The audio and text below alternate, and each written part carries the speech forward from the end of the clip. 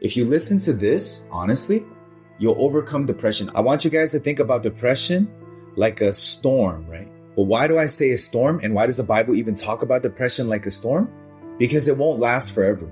Understand what I'm saying? Storms always pass, right? I talked about this yesterday. But honestly, it can feel very chaotic and very overwhelming. So the storm, it has waves of sadness, waves of despair. It's overwhelming. But I also want you guys to understand that there's no problem with being in the storm. It's part of nature. Just like the sun comes, the storm will also come. It's part of life.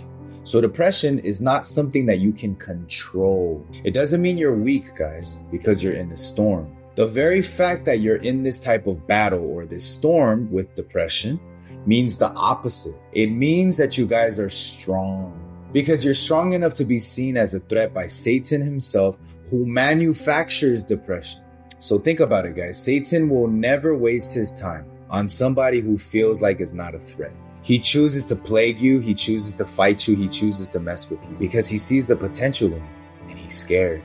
You have to believe that, guys. So just like the storm and the boats, right? It's important to anchor yourself in God. It's crucial. So it's not about how strong the boat is. Think about it. It's about how strong the anchor is in the storm. Your strength as well cannot come from you trying to steer the storm on your own. So you cannot navigate the depression by yourself. You have to be anchored to God because God is unshakable. He's immovable. So if you don't want to be moved, right, tossed to and from with these storms of depression, you have to anchor to God. And I'll explain to you guys what it means to anchor to God.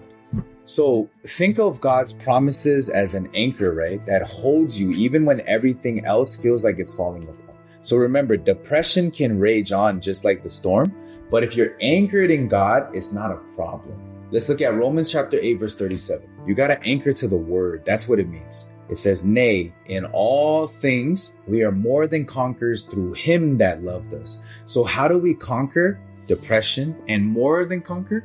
It's very simple. Through him, through Jesus. So his name in all things, right? We are more than conquerors. Through him that loved us, because he loves us. So we just have to remember that navigating through the storm will eventually lead us to become more than a conqueror. We can conquer and navigate this storm, right? Eventually. Because what happens is storms, like I said, do not last forever.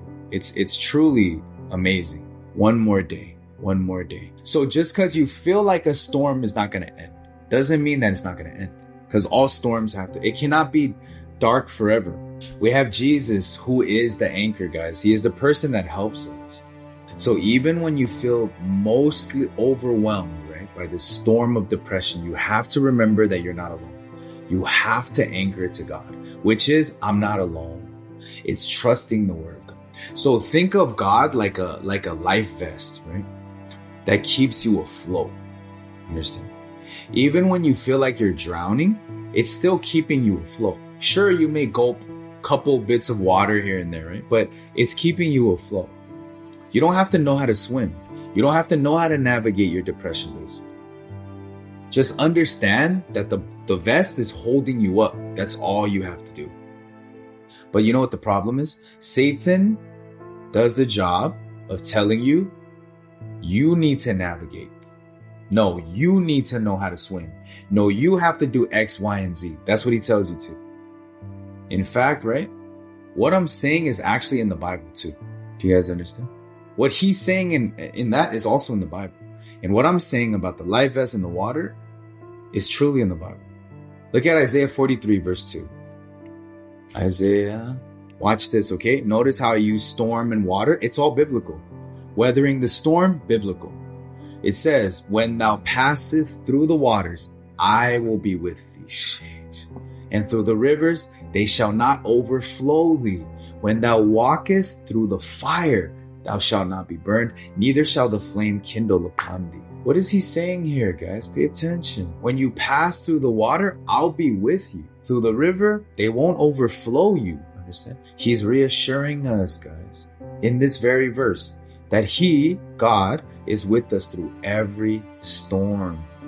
That's why I said the storm is like the water. It won't let you drown, basically. Every storm, every wave, every challenge.